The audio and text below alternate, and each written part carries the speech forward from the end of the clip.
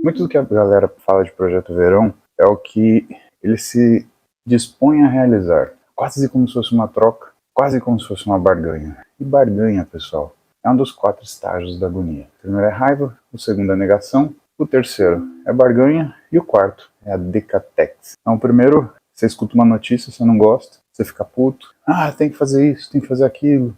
Isso acontece muito no consultório médico, aliás, né? Às vezes o paciente está querendo tratar alguma coisa, mas do jeito que ele faz a vida dele. Então você fala para ele, olha, vamos precisar fazer fisioterapia intensiva, 3 vezes por semana. Não! E o cara simplesmente não vai, ele quer que melhore sozinho.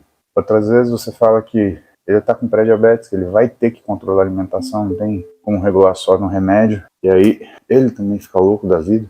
Não, onde já se viu? Porque eu já estou tomando remédio, dá para aumentar a dose? Sabe lá Deus o que mais, né? O que as pessoas não estão dispostas a fazer, ou que tira elas daquilo que é um intervalo de conforto, faz com que elas modifiquem alguma coisa. É óbvio que é sempre mais confortável fazer o que você quer, na hora que você quer, do jeito que você quer. Mas a gente só pode fazer isso na infância, quando a gente é mimado. Porque muitos de nós nem na infância pôde fazer isso. E em relação aos outros estágios, aí depois vem a negação, quando a pessoa ela pensa um pouquinho, não pode estar acontecendo comigo, não pode estar assim. E aí vem a barganha. Se eu fizer isso, você me dá aquilo. E aí que vem, por exemplo, o que são aquelas promessas passageiras, né? Se eu passar na prova, eu prometo que eu vou estudar. Não, você tinha que estudar para não estar na pindaíba de nota que você está. Não, se eu conseguir emagrecer, eu vou fazer dieta e vou segurar. Não, você tinha que fazer dieta para justamente você não ter ganho gordura. Não, mas se eu conseguir ganhar o campeonato, eu vou conseguir treinar, não vou faltar um treino. Se você parar para perceber, todas as promessas que as pessoas elas costumam fazer em relação a objetivos que elas desejam alcançar, tem relação com aquilo que elas deveriam ter feito para estar em condição de atingir aquele objetivo em primeiro lugar. Para você ajustar seu físico, infelizmente, esse que é o problema, não tem promessa. Você tem que primeiro trabalhar e depois colher. Como, aliás, é a vida de todo mundo que trabalha, né? Você não trabalha e depois ganha dinheiro? Assim é também para você melhorar sua forma física. Isso é uma coisa que tem que estar muito claro na tua cabeça, senão o que vai acontecer é que você vai ser uma eterna pessoa prometedora de coisas que você deveria ter feito e não prometido, e uma série de objetivos que você poderia ter alcançado, mas ficou só no desejo. Isso é ruim, né? A gente saber que nada cai no colo. E às vezes, pessoal, eu vejo, por exemplo, medicação, agora canetinha emagrecedora, o esteroide. Então, no imaginário, resolvido o problema de você emagrecer, tem a canetinha. Resolvido o problema de você desenvolver sua musculatura, tem o esteroide. E é só você observar um pouco as coisas como elas são, você vai perceber que não é bem assim. Nem todo mundo virou Schwarzenegger e nem todo mundo conseguiu virar Olivia Palito. A galera tá mais ou menos a mesma coisa, quase que numa situação meio que sob controle, mas não consegue evoluir, tá travado, no mesmo físico. O pessoal tem perguntado muito de esteroide. E oxandrolona para mulher? Eu vi a pergunta de uma moça que ela perguntou reposição hormonal com Masteron. Meio que fala assim, tô com gripe, vou tomar quimioterapia. Não tem muito sentido. E eu acho que as pessoas elas não inventam essas dúvidas, sabe?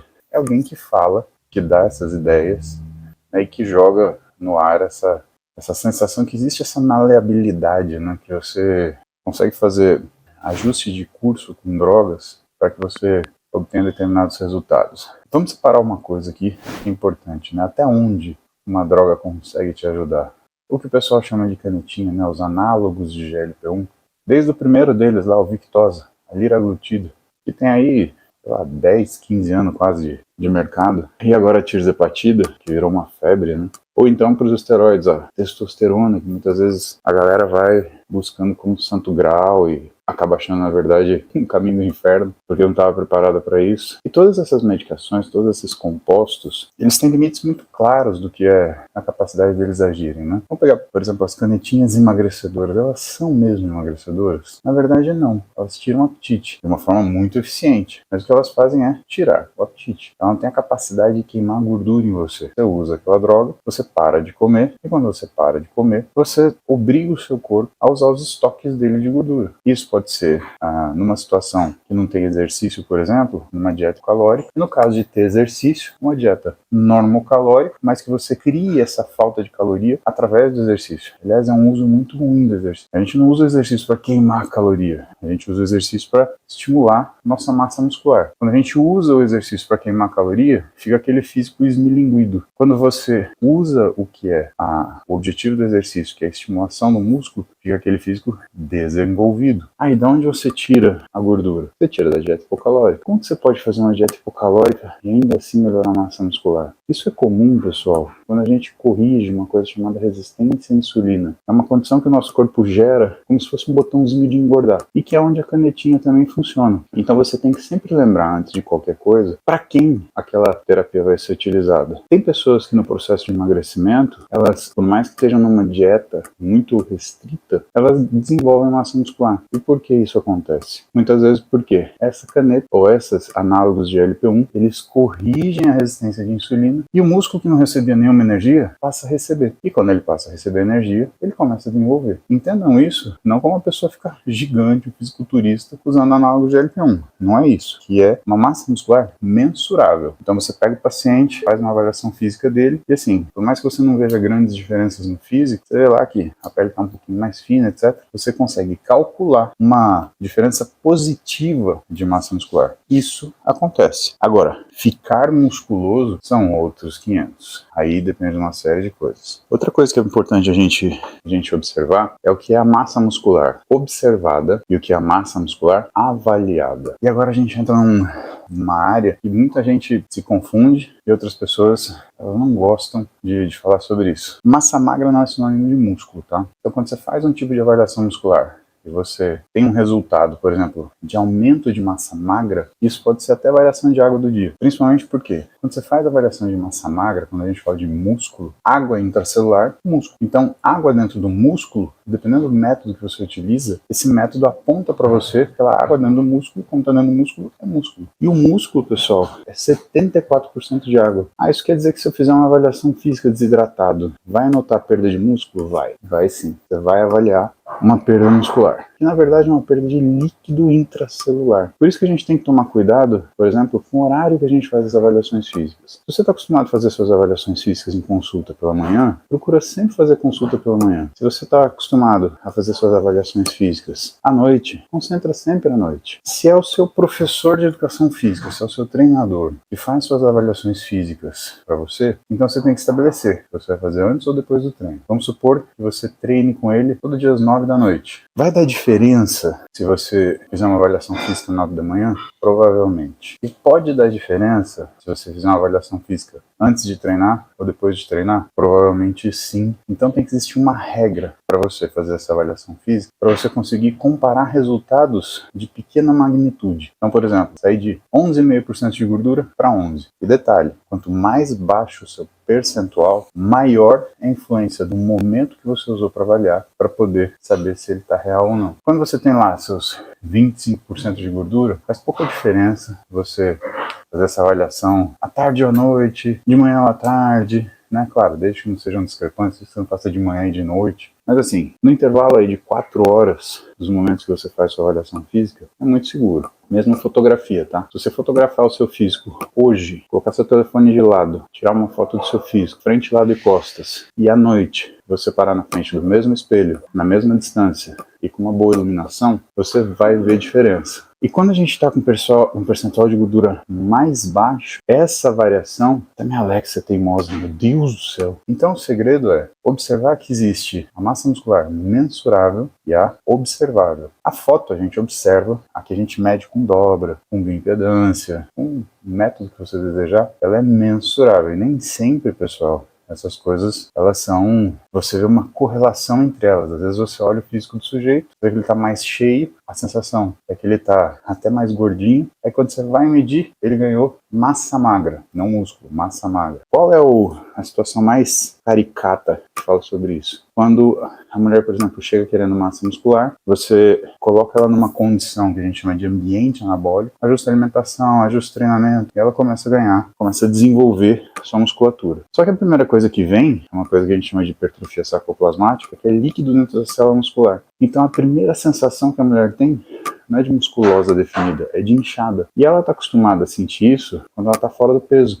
E o que acontece? Ela normalmente se desgosta daquela situação, ou ela para de fazer dieta por conta própria, começa a inventar coisas da cabeça, ou então ela chega para a pessoa que está atendendo ela, médico, nutricionista, personal, e fica puta da vida e começa a brigar com o cara, que ela não queria engordar, que a calça tá apertada, que a camisa tá pegando. Então, precisa ter um cuidado muito grande em explicar para as pessoas como que vai mudar essa forma física, como que vai ajustar essa massa, para que seja uma coisa que a pessoa possa entender esse processo e de novo, não voltar para os 4 estágios da agonia, né? Porque aí o que acontece? Eu queria massa muscular, ou não desenvolveu, aí já começa a cortar a caloria da dieta que nem um maluco, ou começa a inventar coisa, e aí quando você corta a caloria demais, começa a dar vontade de comer doce, começa a dar fome à noite, começa a acordar de madrugada para comer, e aí, gente, isso vira uma enxódia, vira uma confusão. Para pensar na sua história de vida, na sua rotina, quantas vezes você já tentou cortar a caloria da sua rotina, e no final das contas, você engordou, e ou você começou a comer mais à noite, ou você começou a comer doce à noite, ou você começou a acordar de madrugada para comer. E como eu falei para vocês, ninguém erra a dieta. Não segue porque não quer. Ponto final.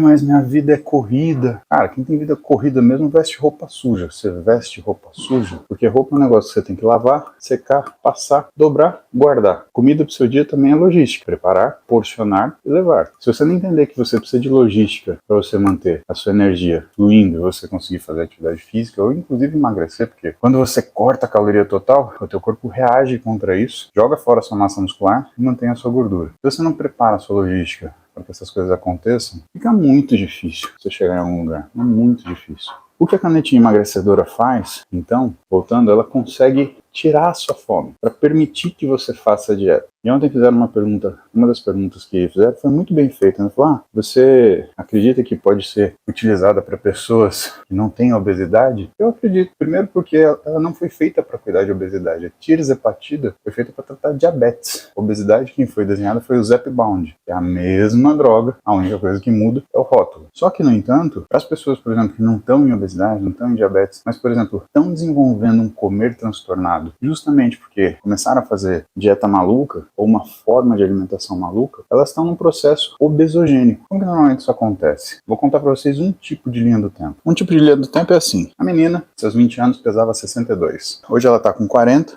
ela tá pesando 67. Aí ela tá pensando assim, que bom seria se eu tivesse 20 e pesasse 62 quilos de novo. Aí ela vai lá, já sei, vou parar de comer à noite. Aí ela cai para 65. Aí já começa a engastalhar aqui, prender ali, sexta-feira jantar, final de semana, dia do lixo, tem que ter uma refeição do lixo. Pumba, ela vai para 69. Aí fala, não, tem que voltar a fazer o que eu fazia. Aí ela cai, mas pro 67 que ela tinha no começo. Quando ela chega no 67, aí começa a mesma coisa. Aí ela vai para 72. Aí ela resolve fazer de novo as maluquices alimentares. Aí ela volta pro 69. E o peso dela só vai subindo. Então ela cai 2, sobe 4. Cai 2, sobe 4. Tava com 67, vai para 65, vai para 69. Tava com 69, vai para 67, que é o que ela tinha, vai para 72. E assim sucessivamente. E por quê? Porque restrição alimentar aleatória é o melhor mecanismo para criar um transtorno alimentar. Melhor. Quando você não tem uma programação de alimentação para você fazer, por exemplo, uma dieta sacietógena, você fica achando que um prato de macarrão é a mesma caloria de, por exemplo, uma porção de arroz com bife. Você fica achando que se você comer um bombom de 120 calorias, é a mesma coisa de você fazer uma refeição, tomar um prato de sopa, uma carninha. E isso é muito perigoso. Vai com certeza te levar numa condição do que a gente chama do ambiente contrário, né, o ambiente obesogênico, e você vai começar a engordar. Só que não é assim, fiz essas bobagens alimentares, vou acordar com 80 quilos. Você vai ganhando de pouquinho, bem pouquinho. Aí quando aquela calça sua trava, você resolve subir na balança. Aí você vê que ganhou 4, 5 quilos. Aí, haja caneta, viu? Mas então, essas condições, a gente avalia muitas vezes, porque por mais que a gente consiga fazer na nutrição uma dieta sacietógena, e aí o nutricionista ele vai colocar bastante proteína, ele vai modificar o que é a proporção carboidrato e gordura, para também trazer saciedade com a gordura, mas não estourar a caloria, e ele vai trazer um conforto gástrico melhor. O nutricionista ele não pensa só na caloria que você vai ingerir, ele não pensa só na taxa de proteína que você vai consumir, ele pensa naquilo que é a estratégia dietética dele, como que ele vai trazer para você caloria adequada de uma forma que você consiga seguir. E é por isso que a dieta às vezes ela evolui semanalmente, porque ele não vai pegar você e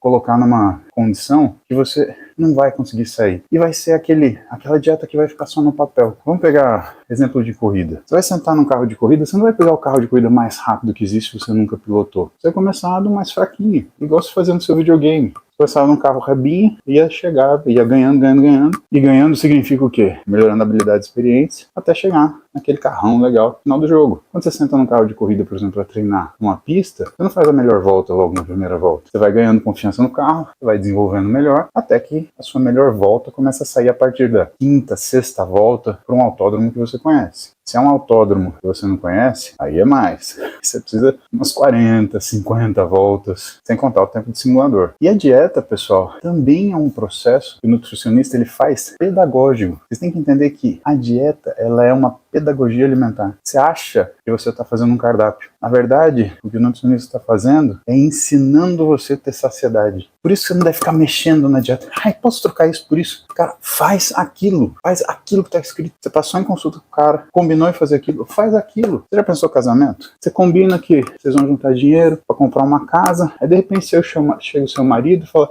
troquei de carro. Mas nós não íamos comprar uma casa, bro? Ou então, chega essa mulher e fala assim, olha, recebi uma proposta de trabalho na Europa, tô indo amanhã. Vamos? Pera lá, a gente não ia progredir aqui? É só fazer o combinado. O que a canetinha ela ajuda é fazer o combinado, mas ela não faz absolutamente nada por você. É um projeto verão eficiente para fazer alguma coisa pro teu corpo ele melhorar? Achou uma combinação de alimentação que você aceitou fazer? Siga. Mas não sei o que, mais é coisa de criança. Quando você usa a expressão mas alguma coisa, você está invalidando tudo que está lá para trás. Casei, mas eu quero ir numa festa. Então por que você casou? Uma festa, sei lá, aquelas festas. Aquelas festas. Então por que você fez?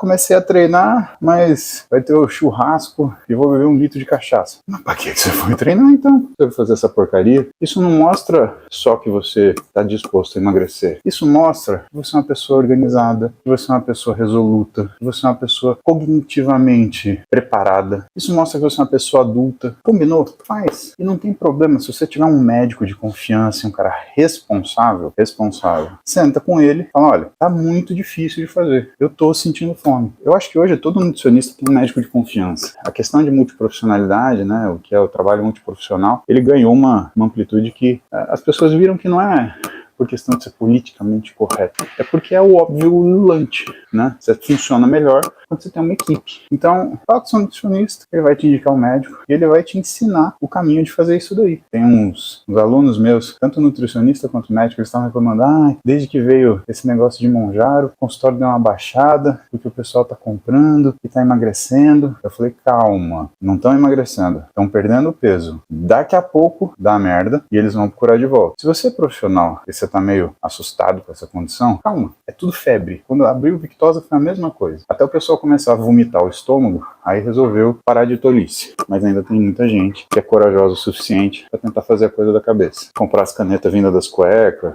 E tem os caras que trazem a caneta na cueca, né? A gente achava que era só dinheiro de propina que vinha na cueca dos outros. Não, caneta emagrecedora também. A mensagem de hoje é essa. Cumpra o combinado. Esquece a palavra mas. Enquanto tiver a palavra mas na tua vida, não vai existir resultado na sua rotina. A França. Lembrem assim, né, se for conveniente para vocês, aperta o botão de seguir aí. Eu tenho recebido algumas mensagens, não são muitas, de que precisou seguir mais de uma vez porque a plataforma derrubou. Eu recebi isso do Instagram e do YouTube. Pelo sim, pelo não, aperta o seguir aí. Garante que você vai estar comigo aqui todo dia. De manhã, às 7 da manhã, estamos aqui fazendo cardio, trocando ideia para deixar o dia melhor. Combinado?